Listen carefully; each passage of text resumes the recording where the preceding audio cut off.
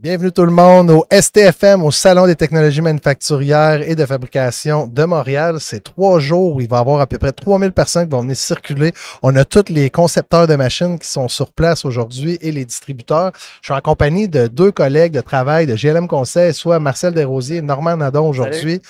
On va parler de c'est quoi les enjeux que les manufacturiers ont en termes de transformation numérique, des petits conseils à donner aussi. Puis on va parler de coûts à succès aussi dans le domaine manufacturier. Puis on va terminer avec un petit conseil là, de comment un manufacturier devrait se positionner face à la transformation. Bonne écoute!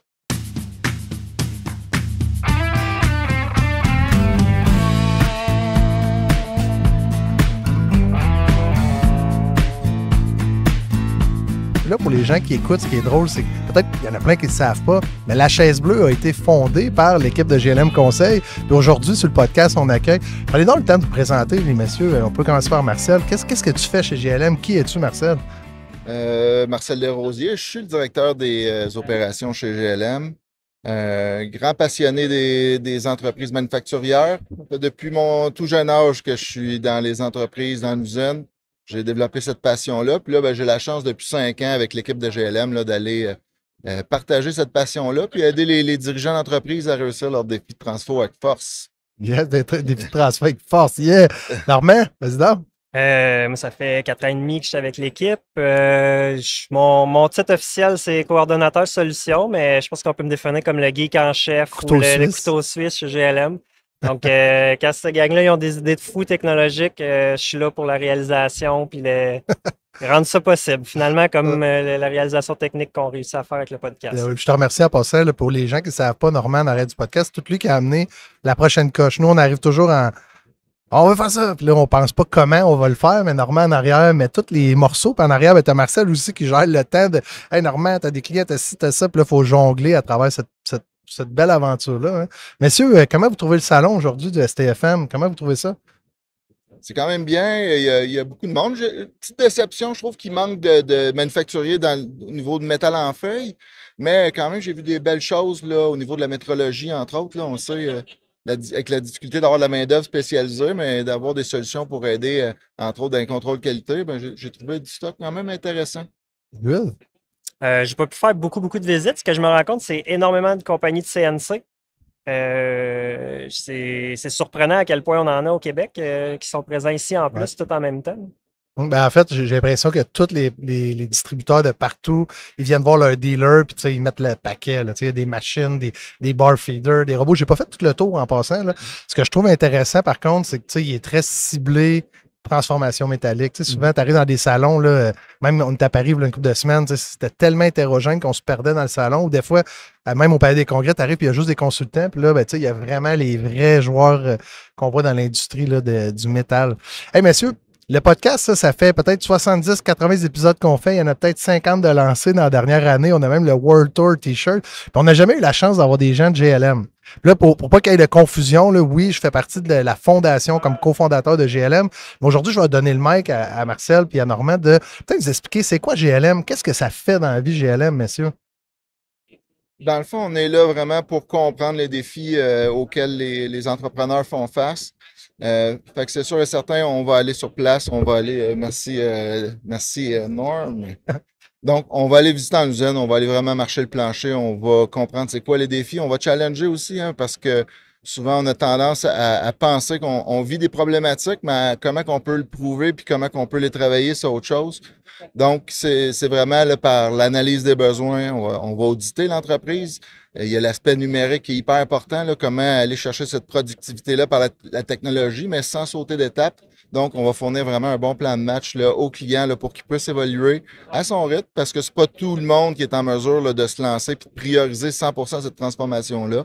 Fait qu'il faut vraiment là, s'adapter à ce que le client a besoin et viser d'avoir des bons retours sur investissement rapides là, pour leur permettre de continuer là, dans cette voie-là. Puis juste, je trouvais ça intéressant, Marcel, quand tu as dit, tu sais, la transfo numérique, il faut l'oublier, c'est il y a tellement eu un accent sur la transfo numérique que les gens, quand ils regardent GLM, beaucoup, même moi qui est quand même au développement des affaires, les gens nous voient comme une entreprise qui n'a fait que du numérique. T'sais. Puis la réalité, tu l'as quand même bien mentionné, le numérique, c'est peut-être 20% de ce qu'on fait. 80%, c'est de l'organisation, c'est de l'optimisation, c'est de s'assurer que les gens sont alignés sur des objectifs communs et qu'on prépare les bons projets. T'sais. Normand, j'aimerais savoir ton angle d'attaque. Je sais que toi, tu touches à tout ce qui est spécial. Ben, moi, souvent, je suis les renforts quand il faut arriver dans quelque chose de plus technique parce qu'on a des gens qui sont très opération, tout ça, qui sont très capables de coacher les humains et tout. Puis là, moi, quand ça devient compliqué, il y a une compagnie qui a beaucoup de serveurs, beaucoup de cloud, beaucoup de trucs comme ça, là, je vais embarquer pour aider. Puis, tu sais, notre rôle, c'est beaucoup d'éviter que les entreprises tombent dans le piège de numériser pour numériser. L'idée, c'est numériser quelque chose qui va t'aider, numériser un process qui te sauve 3 secondes par mois. Oui, tu as numérisé quelque chose, mais ça a donné quoi? L'idée, c'est d'essayer de faire un levier avec la technologie, pas devenir asservi par la technologie. Puis souvent, ben, c'est là qu'on va m'appeler pour essayer de mapper, puis essayer de prendre un paquet de solutions toutes déconnectées, puis dire, OK, ben, en attendant d'arriver à une solution centrale, il y a peut-être un moyen d'en relier 3-4 ensemble pour libérer du monde, pour après ça aller vers la prochaine étape. Tu sais, pour faire rire, là, quand tu es au développement des affaires dans une firme de consultants, on peut appeler ça une firme de service en transpo, ben, des fois, les clients que tu as, il y a le sentiment d'imposteur, puis il est zéro tech. Là, tu sais. Là, tu décides. Là, je dis, hey, Normand, mettons, Marcel, viens m'appuyer là-dedans, c'est organisationnel. Là, à un moment donné, on en pogne, des fois, c'est des geeks. Tu sais, c'est la technologie. Ils ne parlent même pas encore de l'organisation, mais il faut quand même percer la coquille. Puis, on ne peut pas tout de suite mettre les couleurs, puis tout le monde, puis shaker tout le monde, puis dire ta priorité est là. On s'entend. On parle de développement d'affaires. Puis là, ben là, souvent, quand c'est trop technique, ben là, j'appelle un Normand, puis là, Normand, là, il rentre dans un monde avec le client qui est un monde, des fois, je comprends même plus ce que les gens parlent. Peut-être j'ai une bonne expertise en tech, mais ça prend une passion là, pour se rendre là. Clairement, puis, mais il y a aussi un danger derrière ça, c'est que il y a encore du monde qui vont percevoir ça comme une bébelle. C'est un nouveau jouet, puis on pense que ce jouet-là va tout régler nos problèmes, mais il y a pas mal plus en arrière de ça. Il faut avoir des bons processus, il faut avoir une bonne collaboration, une bonne cohésion d'équipe avant même de se lancer dans l'achat de technologie. Puis ben, c'est le fun des fois d'avoir à challenger, puis à se faire rendre compte que non, c'est pas aussi simple, c'est pas du plug and play. Et ça prend un peu plus que ça là, en entreprise. Tu sais, vous autres, vous le vivez plus que moi au quotidien, là, mais c'est quoi les plus gros freins que les entreprises ont pour être capables d'avancer? Je ne parle pas à prendre des décisions, mais ils ont de la misère à avancer. On envoie des entreprises, là, ça fait 5 ans, ils ont eu un roadmap qui a été fait, autant que ce soit un autre consultant ou des gens comme nous qui sont allés définir un roadmap qui fitait avec leur ambition. Puis finalement, il n'y a rien qui a été livré après 4-5 ans. C'est quoi les plus gros freins, des fois, à cette attraction-là ou ce mouvement-là? Je te dirais, là, tu t'en emmenais le sentiment de l'imposteur, mais je pense que c'est directement lié. Peut-être la peur de l'échec. Pourtant, on arrive avec des solutions qui sont tellement simples, puis malgré ça, ben, on va se faire demander encore, ben, par où qu'on commence? Ben, le plan est là, c'est simple, on va commencer. On réinvente pas la roue, là. Commence à parler avec ton monde, aie une vision, focus, puis les choses vont avancer pas à pas. Là on a des entrepreneurs qui pensent que c'est hyper compliqué pour soit amener de l'amélioration de tes performances au niveau de la productivité, par exemple. Mais fais juste prendre un petit pas de recul, prends le temps d'analyser où ce que tu es en ce moment, puis où ce que tu vas aller, puis focus. Mais je pense que c'est vraiment ça l'enjeu numéro un manque de focus. Je pense que c'est peut-être propre à nous autres. De la façon qu'on est québécois, on pense que tout se règle facilement, mais prends le temps de le faire. Essaye un pas à la fois, expérimente, ça marche pas, un pas de recul, on recommence dans un autre chemin, mais garder le focus pour avancer, je pense que c'est peut-être la clé. Là. As-tu quoi ajouter, Normand? Ben, moi, si je le prends avec l'aspect numérique, je suis un gars bien techno pis tout, mais la première affaire que je dis, c'est vivez-le en humain avant d'essayer de le rendre techno. Tu sais, un tableau blanc, là, si ça fait la job pour planifier la production, là, optimisez votre tableau blanc au 100 jusqu'à temps qu'il soit parfait. Là. Après ça, là, vous allez avoir ciblé votre process, comment qu'on fonctionne, tout ça. Puis on verra si ça vaut la peine de le numériser. Tu sais, pourtant, j'adore le numérique, j'adore toutes les nouvelles technos, mais j'aime pas voir quelqu'un se pitcher là-dedans à pleine tête. Puis finalement, là, c'est des gros investissements. Là, on dit oui, on essaye, mais on essaie de quoi de gros, ça a pris 2 ans. C'est un échec, tu sais, parce qu'on n'a pas appuyé quelque chose d'humain, on n'a pas appuyé quelque chose de réel en arrière. On a juste été voir l'objet brillant, l'affaire cool, là, tu sais, qu'on voit. Là. En ce moment, on en connaît un, l'AI, tout le monde veut faire de l'AI, mais ils ne collectent même pas de données encore. Fait que là, il faut partir au début, il faut commencer à le faire. Là, je veux prévoir mes ventes, je veux prévoir, OK, c'est quoi tes parts de marché? OK, c'est qu'est-ce qui influence tes ventes? Les Hive are made now, tu sais, faut que tu saches. Je trouve ça pertinent. Je veux dire, Ben, tu en as marché des usines aussi, là, mais combien d'usines où on va voir des beaux écrans d'affichage avec pas, de la donnée, où de la donnée est affichée en temps Ouais. réel? Puis après ça, tu demandes ben, combien de décisions que vous prenez sur cette donnée-là. Zéro. C'est là pour les clients, en bout de ligne, là, quand les clients show-off, passent, là, ça flash, c'est le fun. Mais je veux dire, il y a des coûts à ça, puis il y a bien plus d'avantages que juste la visite client. Là. Tu sais, j'aimerais ça, messieurs, là, on parle toujours des problématiques et tout. Là, dans les dernières années, vous avez travaillé quand même plusieurs clients. Là. Ça serait le temps là, d'être sur le podium puis féliciter ou prendre le temps de remercier ou même de dire des bons coups que des clients ont fait. Avez-vous des idées en tête, des coups d'eau que vous voudriez envoyer à des gens avec qui vous avez travaillé dans les dernières années, dans le poste que vous avez joué là, à travers GLM, à travers le conseil? Moi, j'en ai. Vas-y. Moi, j'en ai un, Industrie Rondi. On les a beaucoup aidés à numériser des process humains, traquer la production. Puis ces clients-là, c'est un peu un labyrinthe, l'usine. Fait qu'ils ont du mal à voir quand une machine tombe en panne plus loin. Fait que ce qu'on a fait avec eux, on a développé des tableaux de bord puis tout. Puis tu sais, ce que je trouve beau, là, c'est quand le client t'appelle puis il dit « Hey, mon tableau de bord est planté ».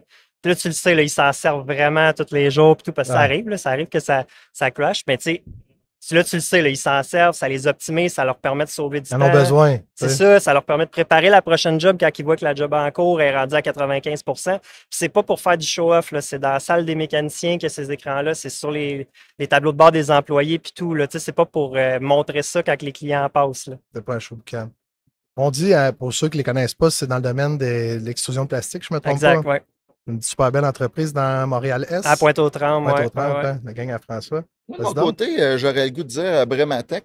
Plusieurs raisons. Ça a été, premièrement, mon premier mandat chez GLM. Mais quand même, belle prise de conscience de Silvano là, dans la gestion de son entreprise, puis le fonctionnement de ses machines.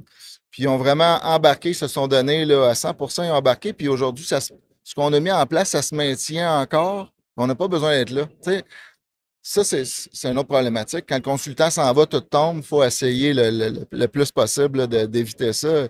Je veux dire, c'est des pertes. Dans leur cas, ils ont réussi à maintenir le beat, à utiliser leurs données puis à monter leur business à un autre niveau. Fait que pour moi, Brematech, c'est un des clients là, que. Je vais m'en permettre un aussi. Moi, j'aime bien les trois filles de Staka. Oui, Staka. Je sais pas pourquoi je n'ai pas passé. Puis Émilie, tu sais.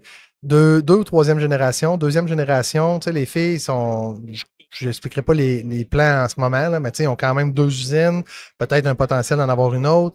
Ils ont constamment fait des plans, de la stratégie. À toutes les fois qu'ils nous ont appelés, ils savaient où ils étaient rendus. Puis c'est le premier client que, honnêtement, on a fait peut-être en 2016 un roadmap numérique avec eux. Puis là, on les a challengés sur ce qu'ils faisaient. Ils nous ont rappelé comme il y a eu une couple d'appels, des petits travaux, mais comme 2 ou 3 ans après, puis ils avaient tout fait. Oui, c'est malade. Tout fait. Tout ce qu'on avait écrit était fait. Puis là, what's next? Puis on était là, ah, wow. Puis là, on a redonné un coup de roue. Puis ils n'ont jamais arrêté d'investir, ils n'ont jamais arrêté d'impliquer les gens, ils engagent des gens à l'interne, mais je pense que même nous, on a donné du support sur le dev à distance, mais il y a toujours eu une continuité d'affaires, puis là, c'est une relation qui dure. C'est des filles dans un domaine industriel, puis là, en plus, c'est dans la revalorisation des déchets industriels. Il y a tout, c'est comme une carte, là, si tu coches, là, un exemple de manufacture au Québec, puis de relève familiale, féminin, tu peux cocher longtemps. Là, ça pourrait être un beau marketing pour eux autres aussi. Fait que ça, je leur renvoie ça. Puis, avez-vous un autre, ou sinon je m'en lance un autre, parce que là, je pourrais en dire plein. Là. Moi, j'en lance un autre. Vas-y donc, bon. C'est sûr et certain, je vais sortir du champ un peu. On n'est pas dans le manufacturier. Chantal Lamoureux. IPF, maintenant IPF, l'Institut de planification financière. Wow! Ça, c'est une entrepreneur, là, si on veut. Elle a monté un OBNL à un autre niveau. Elle est fonceur, on la voit un peu partout. Je veux dire, elle a été à la tête aussi du réseau des ressources humaines à l'époque, maintenant avec IPF. Wow! Ça aussi, un coup de cœur, là, ils se mettent dans l'action, ils veulent que les choses avancent. Fait que ça, oui. As-tu un autre? Je me lance un dernier de mon bord, là. Je ferai en dire plein. Oui, il y en a eu. Je vais y aller dans les mandats plus techniques que je suis passé, mais sous Cibaron aussi. Il y avait un enjeu technique de pricing de leur job et tout. Puis, ils sont eux autres aussi dans l'injection de polymères. Puis, leur compétition, c'est de la main-d'œuvre à bas prix. C'est le Mexique, la Chine et tout. Fait qu'eux, il faut qu'ils restent compétitifs puis tout ça, puis qu'ils puissent faire leur prix le plus précis possible. Leur solution logicielle ne leur permettait pas de le faire à ce moment-là. ils savaient qu'ils s'en allaient vers une nouvelle version. Ils nous ont appelés, on les a aidés à faire un outil temporaire qu'ils n'ont plus besoin aujourd'hui, mais ça leur a permis de libérer minimum une personne une journée complète par semaine, plus d'autres gens autour qui faisaient toute cette entrée-là manuellement. Qui ne créaient pas de valeur. Qui ne créaient aucune valeur pour pouvoir participer à l'implantation de la nouvelle version du logiciel. Aujourd'hui, tous nos systèmes sont débarqués de chez eux, mais ça leur a permis pendant un an et demi de libérer des ressources, puis ils ont super bien participé tout le long du projet. Ça a été super intéressant. Là, je vais vous en nommer un, vous allez le trouver drôle, là, mais Expert Mobilier, la gang à Fred. Ah oui. En fin de semaine, je déménageais des meubles là, de la Rive-Sud jusqu'à Québec, puis pendant que je loadais, j'étais avec mon frère, puis là, il check dans la boîte du plywood, il y a comme un connecteur que vous avez monté, c'est marqué GLM en gros avec traçabilité de camion, tu sais. Là, j'étais comme, OK, j'ai le camion qui fait la traçabilité des déménagements. Tu sais, je trouvais ça vraiment bien. Puis pour ceux qui ne savent pas, Expert Mobilier, en fait, il fait de l'installation, réparation, entretien de tout ce qui est les mobiliers de bureau, là, autant dans des appels d'offres publics que du privé, que ce soit des donneurs d'ordre en aéronautique ou, tu sais, aussitôt qu'il y a de la disposition aussi de meubles, de l'installation même, ils sont là. Puis le Fred s'est lancé, le propriétaire, dans la traçabilité, on appelle ça du berceau au tombeau. Ça veut dire d'être capable de quand tu as un meuble, au lieu de le jeter dans un centre de disposition, c'est de faire de la récupération éco-responsable et de donner une deuxième vie ou une réutilisation au meuble. Je trouve que c'était ambitieux pour un déménageur, en fait, à la base, qui, tu sais, souvent, Fred, il dit, moi, je suis le concierge. Moi, je suis toujours, mais Fred, n'oublie pas CGI. Le monsieur qui est à la tête de CGI, c'était un concierge. C'est quand même impressionnant. C'est la montée fulgurante de la compréhension de l'écosystème. Fait que ça, j'y donne. Puis toi, un leader en plus. Là, justement, j'étais là quand on a fait des tests là, dans le coin de Sherbrooke. Puis, je veux dire, il est là avec son équipe. Il pose des dallés. Puis, je veux dire, il n'aurait pas besoin de faire ça. Là. Non, il est là, il les encourage. Tout un leader, en effet. Bon choix. Je suis allé chercher le camion à 6 h vendredi soir à Brossard. Puis il était avec tout son monde dans le parking. Ça jasait. Blablabla.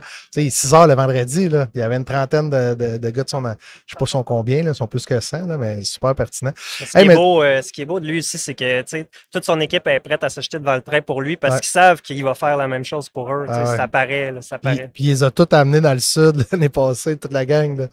Puis ce qu'on fait cette année, nous autres ici, mais c'est le club social qui le fait. On va donner un thumbs up à l'équipe là, qui a mis ça en place. Hey, messieurs, avant de se laisser, là, on est au salon STFM. Si vous aviez la chance là, de passer un message aux clients ou au marché là, des manufacturiers, là, puis je vous donne là, tous les sujets ouverts, vous avez le droit. Quel message vous aimeriez passer en une phrase, peut-être deux, avant de se lancer allez-y donc, je serais curieux de vous entendre. Moi, je dirais, prenez le contrôle de votre transformation. Oui, prenez le contrôle de votre transformation. Ah oui, c'est à vous autres, ça vous appartient. C'est vos résultats. Prenez le contrôle, vous allez réussir. Nice. Je pense que j'abonde dans son sens, dans le sens de vous dire, c'est beau de prendre une firme externe pour vous accompagner, vous tenir par la main au début, mais prenez pas des firmes de qui vous dépendez. Éventuellement, il faut voler de ses propres ailes parce que la transformation elle se crée de l'intérieur, ça vient pas de l'extérieur. Il faut que ça vienne d'en dedans. Fait que si je synthétise, c'est de la rigueur, c'est de la gestion de projet, c'est de l'imputabilité. Puis, faites-le parce que c'est pas des consultants qui vont le faire pour vous autres. C'est drôle, hein, venu d'une firme de consultants qu'on dit faites-le par vous-même. Mais non, on est là pour ajouter de la valeur, pas pour prendre la valeur. Oui, bien, clairement. Clairement. Hey, messieurs, je vous souhaite un bon show. J'espère que vous allez revenir sur le podcast. J'ai trouvé ça le fun, l'expérience d'amener des gens de GLM sur le podcast de la Chaise Bleue, en espérant que c'est pas la dernière fois. Là. Merci, messieurs. Hey, bon show, les gars. Bon show à vous aussi.